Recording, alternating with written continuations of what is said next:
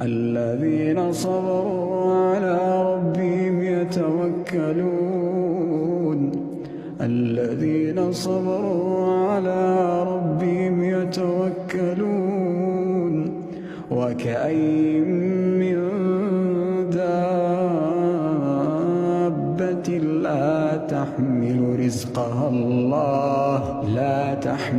رزقها الله يرزقها وإياكم وهو السميع العليم. ولئن سألتهم من خلق السماوات والأرض وسخر الشمس والقمر ليقولن الله فأنى يؤفكون.